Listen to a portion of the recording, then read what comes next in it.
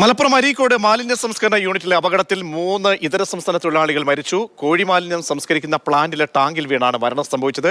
ഒരാളെ രക്ഷിക്കാൻ ശ്രമിക്കുന്നതിനിടെ മറ്റ് 2 പേരും അപകടത്തിൽപ്പെടുകയായിരുന്നു. അരുൺ അമൃതനാഥ് തയ്യാറാക്കിയ റിപ്പോർട്ട് കാണാം. അരീക്കോട് മാലിന്യ പ്ലാന്റിലുണ്ടായ അപകടത്തിൽ 3 ഇതര സംസ്ഥാന തൊഴിലാളികളാണ് മരിച്ചത്. 2 ബീഹാർ സ്വദേശികളും അസം സ്വദേശിയുമാണ് മരിച്ചത്. ഇപ്പോൾ മഞ്ചേരി മെഡിക്കൽ കോളേജിലെ മോർച്ചറിയിൽ മൃതദേഹങ്ങൾ സൂക്ഷിച്ചിരിക്കുകയാണ്. മാലിന്യ പ്ലാന്റുമായി ബന്ധപ്പെട്ട ഒരാളുടെ പ്രതികരണമാണ് വരുന്നത്. എന്താണ് സംഭവിച്ചത്? ഇന്ന് രാവിലെ ഒരു 10:30 മണിക്കാണ് നമ്മളത് കാണുന്നത്. മാനേജർ വരെ വിളിച്ചു നോക്കുമ്പോൾ വരെ മൊബൈൽ ഫോൺ സ്വിച്ച് ഓഫ് ആണ്. അപ്പോൾ അങ്ങനെ ഈ പ്ലാന്റിൽ ഈ ETP പറഞ്ഞ പ്ലാന്റാണിത്. ഈ വെള്ളം ശുദ്ധീകരിക്കുന്നത്, അതായത് മാലിന്യ വെള്ളം ശുദ്ധീകരിച്ച് വെക്കുന്ന ഒരു ബിൽഡിംഗ് ഉണ്ട്. അതിലാണ് ഈ മെഷീനറികളൊക്കെ കിടക്കുന്നത്. അപ്പോൾ മാനേജർ വിളിച്ചിട്ട് കിട്ടാഞ്ഞിട്ട് പോയി നോക്കുമ്പോഴാണ് 3 ആൾ ടാങ്കിൽ വീണ് കിടക്കുന്നത് കണ്ടത്. അങ്ങനെ പിന്നെ പെട്ടെന്ന് ആംബുലൻസ് വിളിച്ച് അവരെ ഇങ്ങോട്ട് എത്തിക്കുകയാണ് ചെയ്തത്.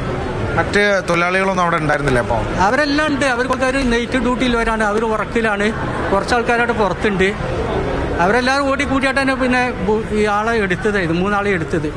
അതായത് ഒരു കുഴിയല്ല, അത് ഏകദേശം 3 ആള് 2 ആളായിട്ട് സ്റ്റാൻഡുമേൽ വെച്ച ടാങ്കാണ്. നമ്മുടെ സാധാ വാട്ടർ ടാങ്കില്ലേ, ആ ടാങ്കാണ്. ആ ടാങ്കിലേക്ക് വീഴുകയായിരുന്നു. ആ ടാങ്കിൽ വീണ് കിടക്കുന്നതാ കണ്ടത്.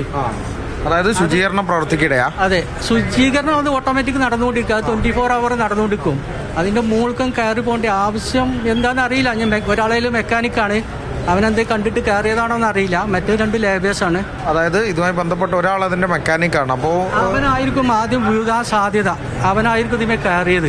എന്താ സംഭവിച്ചതെന്നുള്ള ഒരു പിടുത്തല്ല. ഇനിയിപ്പോൾ CCTV ഒക്കെ നോക്കിയാലേ കൂടുതൽ വിവരം അറിയുള്ളൂ. ഇവിടെ എത്തിച്ചപ്പോൾ ഡോക്ടർമാർ പറഞ്ഞ് ഒന്നും ചെയ്യാനില്ല എന്ന് പറഞ്ഞു. അപ്പം അധിക സമയം ആയിട്ടുണ്ടാവില്ല. ഒരു 12 മണിയോട് കൂടിയാണ് നടക്കുന്നത് അല്ലേ? 10:30 മണിക്ക് ഏകദേശം. ഇവിടെ ഇപ്പോൾ ഒരു 11:15 ഇവിടെ എത്തി കാണും.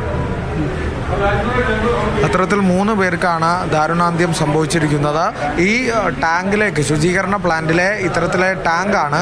ആ ശുചീകരണ പ്രവൃത്തികൾ നടക്കുന്നതിനിടെയാണ് ഈ 3 പേരും അതിനകത്ത് അകപ്പെടുന്നത് എന്നുള്ള വിവരമാണ് ഇപ്പോൾ പ്ലാന്റുമായി ബന്ധപ്പെട്ടവർ ഉൾപ്പെടെ വിശദീകരിക്കുന്നത്. എന്തായാലും മഞ്ചേരി മെഡിക്കൽ കോളേജിലാണ് മൃതദേഹങ്ങൾ സൂക്ഷിച്ചിരിക്കുന്നത്.